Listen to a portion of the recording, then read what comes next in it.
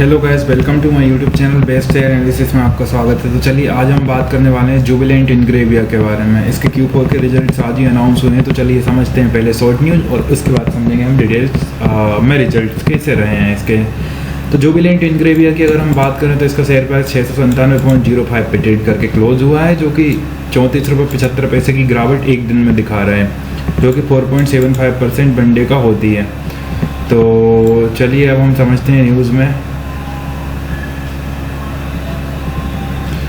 Jubilant Ingrevia Q4 का जो EBITDA है वो बढ़ा है और ये 1.63 बिलियन हो गया है from 1.47 billion year on year basis से। अप हुआ है 11%। एबिटा मार्जिन स्लाइटली डिक्लाइन हुए, लेकिन एबिटा मार्जिन 13.8% फ्रॉम 13.95% से थोड़े से ही डिक्लाइन हुए हैं। और जुबिलेंट इंग्रेविया ने डिक्लेयर करा है ₹2.5 पर शेयर का फाइनल डिविडेंड 2026 के लिए। AGM अप्रूवल पेंडिंग है और रीअपॉइंट्स करा है JK Kabra and company as cost auditors के लिए। रिकॉर्ड डेट है 27 जुलाई 2026, डेट है 24 जुलाई 2026। जुबिलेंट इंग्रेविया का Q4 का नेट प्रॉफिट है वो 16.8% बढ़ा है और 86.4 करोड़ हुआ है। रेवेन्यू अप है 12% और ये हुआ है 1178.7 करोड़। एबिटा ग्रो हुआ है 10.5% और ये होगा 162.7 करोड़। मार्जिन स्लाइटली डिक्रीज हुए टू 13.8% फ्रॉम 14% लास्ट ईयर से। तो ये इसकी ऑफिशियल वेबसाइट से गाइड्स, यहाँ से करें हमने इसके Q4 के रिजल्ट डाउनलोड और अब हम देखते हैं Q4 के रिजल्ट कैसे कर रहे हैं।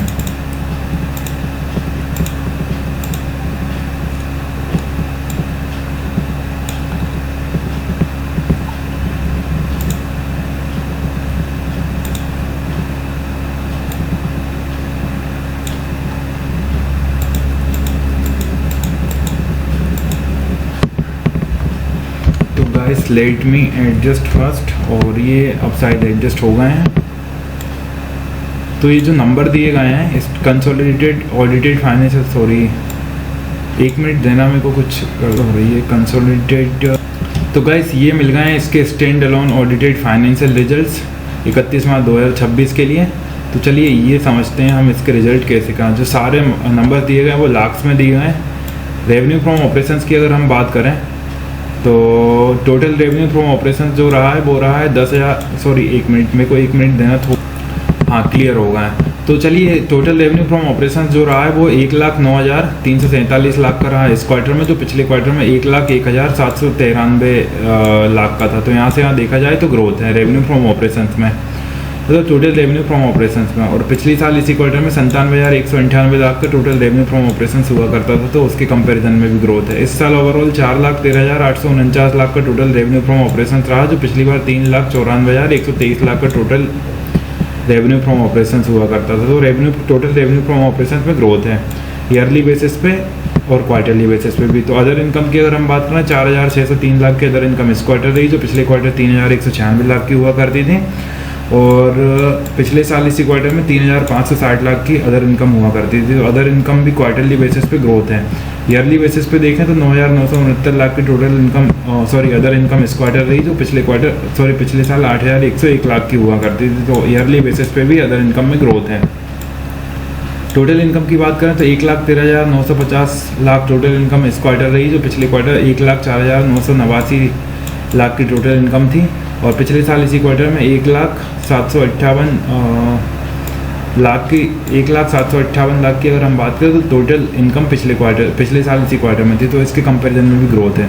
इस साल ओवरऑल जो टोटल इनकम रही वो 4,23,818 लाख की टोटल इनकम रही, जो पिछली बार 4,02,224 लाख की थी। तो इसके कंपैरिजन में आप देखेंगे बहुत शानदार ग्रोथ देखने को मिल रही है।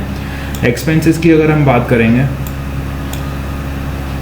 तो टोटल एक्सपेंसेस हम फर्स्ट देखते हैं। 1,01,174 लाख के टोटल एक्सपेंसेस इस क्वार्टर है, जो पिछले क्वार्टर 96,225 लाख के एक्सपेंसेस थे। तो ग्रोथ है एक्सपेंसेस में।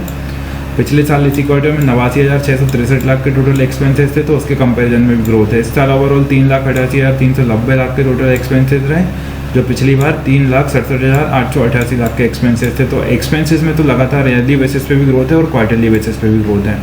प्रॉफिट बिफोर टैक्स की बात करें तो 12,776 लाख का प्रॉफिट बिफोर टैक्स इस क्वार्टर रहा, जो पिछले क्वार्टर 7,542 लाख का था।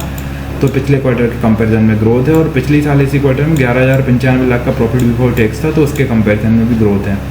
इस साल ओवरऑल 34,206 लाख का प्रॉफिट बिफोर टैक्स रहा, जो पिछली बार 34,336 लाख का प्रॉफिट बिफोर टैक्स हुआ करता था, तो थोड़ी सी गिरावट प्रॉफिट बिफोर टैक्स में देखने को मिल रही है। नेट प्रॉफिट की अगर बात करें तो 10,522 लाख का नेट प्रॉफिट इस क्वार्टर रहा, जो पिछले क्वार्टर 5,971 लाख का था। पिछले क्वार्टर के कंपैरिजन में प्रॉफिट लगभग डबल सही है, और पिछले साल इसी क्वार्टर में 8,987 लाख का प्रॉफिट हुआ करता था, तो उसके कंपैरिजन में भी ग्रोथ है। इस साल ओवरऑल 26,797 लाख का नेट प्रॉफिट रहा, जो पिछली बार 26,342 लाख का नेट प्रॉफिट था। तो ईयरली बेसिस पे नेट प्रॉफिट में थोड़ी सी बढ़त देखने को मिल रही है। मैं इसे फ्लैट सा ही बोलूँगा। EPS की अगर हम बात करें तो बेसिक में 6.60 का EPS था इस क्वार्टर, जो पिछले क्वार्टर 3.75 का EPS था, और पिछले साल इसी क्वार्टर में 5.64 का EPS था। तो EPS में भी ग्रोथ है, और इस साल ओवरऑल 16.82 का EPS रहा, जो पिछली बार 16.54 का EPS था। तो EPS में भी थोड़ी सी बढ़त देखने को मिल रही है, क्योंकि थोड़ी सी प्रॉफिट में बढ़त आई हुई है। तो अगर हम बात करें तो इसकी तो ये थे गाइस इसके Q4 के रिजल्ट्स। बाकी डिविडेंड का देखें तो जो 26 मई 2026 को मीटिंग हुई थी, इन्होंने फाइनल डिविडेंड अनाउंस करा है 2.5 पर शेयर का। तो ये सब्जेक्ट टू AGM अप्रूवल रहेगा।